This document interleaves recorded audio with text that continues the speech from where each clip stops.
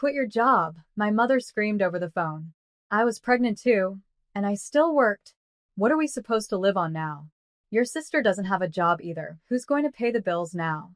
I just stared at the wall, the phone pressed against my ear, my fingers trembling, not from guilt, but from the sheer exhaustion of years of emotional blackmail. My name is Rachel Green. I'm 31, and I've spent most of my adult life being my family's unpaid lifeline. When my father left, Mom crowned me the responsible one. I was 19, still in college, when she said, "We'll manage fine as long as you don't disappoint me." That phrase became a leash around my neck. I worked double shifts, skipped vacations, even postponed my engagement, all so my mother and my unemployed sister could get back on their feet. Except they never did. They just got comfortable. When I finally quit my corporate job last month, after years of burnout, anxiety attacks, and antidepressants, Mom didn't ask why. She demanded, "How dare you?" Her voice cracked through the phone like a whip. "You're selfish, Rachel. What will people say?" I hung up mid-sentence. For the first time in my life, I didn't apologize. I didn't cry. I didn't explain. Instead, I opened my laptop, stared at a blank document, and started planning something that would change everything for me and for them. I didn't sleep that night. I just sat in my small apartment, surrounded by cardboard boxes from my old office, replaying her words in my head. "You're selfish. You've ruined everything. Your sister needs you." My sister, Lydia, 27, perfectly healthy, but allergic to responsibility. She'd always been Mom's favorite, my creative one. Creative enough to spend my paychecks on spa days and self-care retreats. I glanced at my reflection in the dark window. My eyes were hollow, my skin pale, the kind of tired you can't fix with sleep. For years, I had been their safety net, their excuse, their provider. And in return, I got shame and blame. I opened my laptop and stared at my resignation letter again, the one that freed me from a toxic boss but chained me tighter to my mother's guilt. That's when the idea hit me. If they thought I was still the family bank, fine. Let them think that for a while. But I was done funding their comfort. The next morning, I texted Mom, "Don't worry. I'll handle everything. Give me a few weeks." She replied instantly, "That's my girl. I knew you'd come to your senses." Oh, I'd come to my senses, all right. Just not in the way she thought. Because this time the money was staying with me. And the lesson? That was coming straight for them, with interest. The first part of my plan was simple: disappear without vanishing. I stopped sending them money, but didn't tell them outright. I blocked my sister on banking apps and quietly rerouted my direct deposits into a new private account. Within a week, the calls began. "Rachel, the electricity bill is due," Mom said. "I'll transfer you the receipt." Then Lydia called, her voice syrupy sweet. "Hey, sis, I just need a little help with rent this month. I swear I'll pay you back." That old ache, guilt, tried to crawl up my throat, but I swallowed it down. "No problem," I said softly. "Send me the details." Except this time, instead of paying their bills, I paid someone else, a private investigator. I wanted to know where my years of money had really gone. And when the report came in 3 days later, I nearly dropped my coffee. Designer handbags, casino charges, weekend getaways booked under Lydia's name. And my mother? Her account was full of loans for my savings, ones she never intended to repay. I stared at the receipts, trembling. 15 years of sacrifice turned into their playground. That night, I sat in the dark, candlelight flickering across the stack of papers on my desk. I whispered to myself, "They've used me long enough." Then I opened a new document titled Operation Lesson, and I smiled for the first time in years. Step 2 was psychological.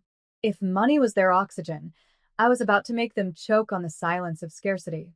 I started with small things, canceling the automatic payments that covered their utilities, only cutting the extra credit card my mom used for emergencies.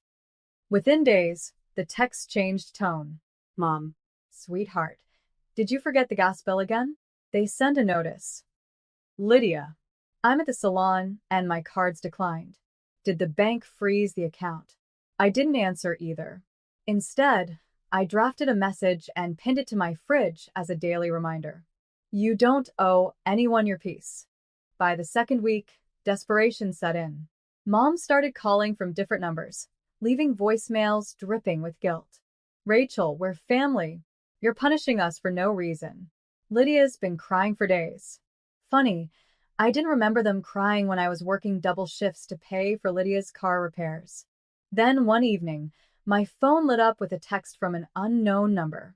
So, this is your revenge? Making your own mother suffer? You'll regret this. It was Lydia. She'd borrowed Mom's phone again.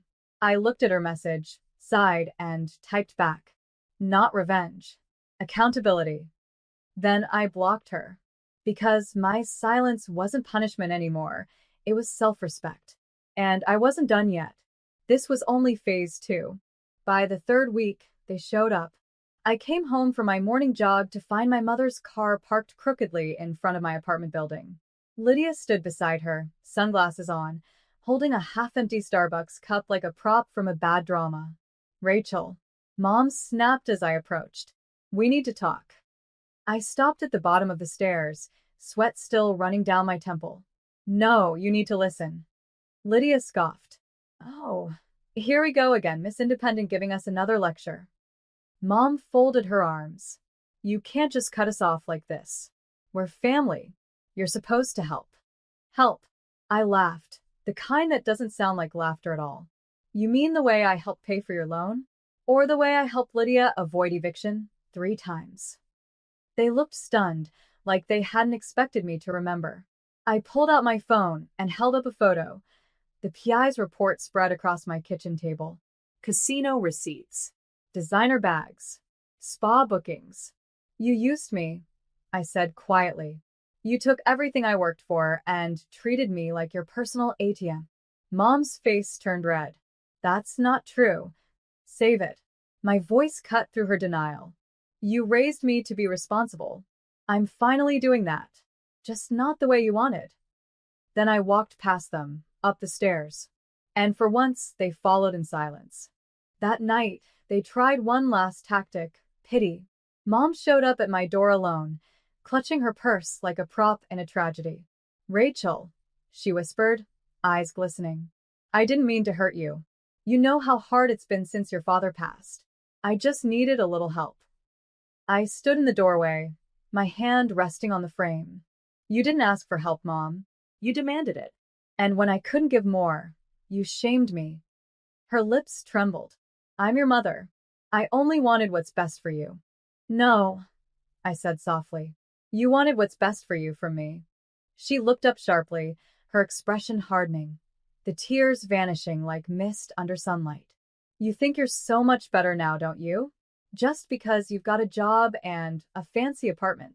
And there it was, the real her. The guilt, the manipulation, the control. I stepped aside and gestured toward the elevator. Mom, I love you, but I love my peace more. Please go. For a second, she just stood there, stunned. Then she grabbed her purse tighter and hissed, Don't come crawling back when you realize family is all you've got. The door clicked shut behind her. And in that click, that small, sharp sound, something inside me broke free. It wasn't anger. It was relief. Pure, unshakable relief. 2 months passed. The silence that once felt eerie now felt sacred, like a house after a storm, still standing but finally quiet. I'd expected to feel guilt, maybe even loneliness, but what I felt was clarity. Without the constant calls and emotional blackmail, my mind had space again. I started painting, something I hadn't done since college. I spent weekends hiking instead of wiring money. I even joined a local support group for adult children of narcissistic parents. That's where I met others like me, people who had carried entire families on their backs until their spines nearly snapped. Hearing their stories didn't make me bitter. It made me realize that I wasn't cruel for saying no. I was surviving.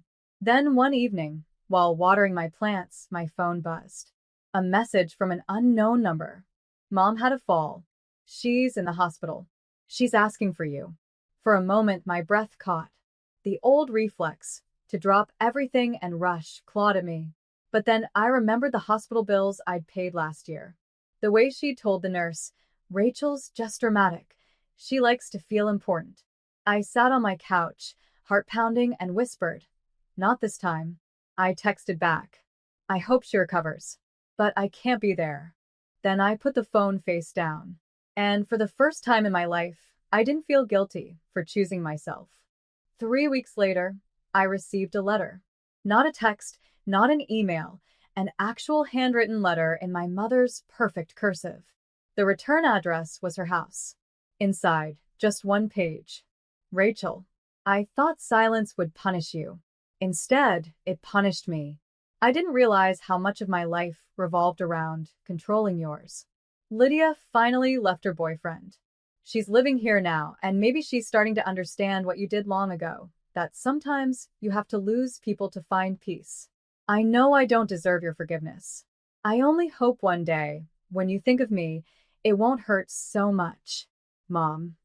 I read it twice, then folded it neatly and placed it inside a drawer. I didn't cry. I didn't call. I simply whispered, "Thank you," to an empty room.